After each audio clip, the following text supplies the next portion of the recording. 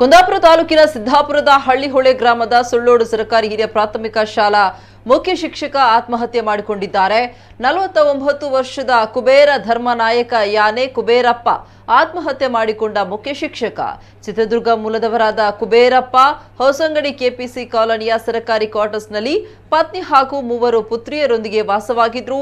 ಸೋಮವಾರ ತಮ್ಮ ಬೈಕ್ನಲ್ಲಿ ಸುಳ್ಳೋಡು ಶಾಲೆಗೆ ಹೊರಟಿದ್ದ ಅವರು ಕಮಲಶಿಲೆಯ ಪಾರೆ ಬಳಿ ಬೈಕನ್ನ ರಸ್ತೆಯ ಬದಿಯಲ್ಲಿಟ್ಟು ರೈನ್ ಕೋಟ್ ಸಮೇತ ಮರಕ್ಕೆ ನೇಣು ಬಿಗಿದು ಆತ್ಮಹತ್ಯೆ ಮಾಡಿಕೊಂಡಿದ್ದಾರೆ. 2002ರಲ್ಲಿ ಶಿಕ್ಷಕ ವೃತ್ತಿಗೆ ಸೇರಿದ ಕುಬೇರಪ್ಪ 22 ವರ್ಷಗಳ ಕಾಲ ಬೈಂದೂರು ವಲಯದಲ್ಲಿ ಶಿಕ್ಷಕರಾಗಿ ಸೇವೆ ಸಲ್ಲಿಸಿದ್ರು. 2022ರಲ್ಲಿ ಮುಖ್ಯ ಶಿಕ್ಷಕರಾಗಿ ಮುಂಬಡ್ತಿ ಹೊಂದಿ ಸುಳ್ಳೋಡು ಶಾಲೆಗೆ ವರ್ಗಾವಣೆಗೊಂಡಿದ್ರು.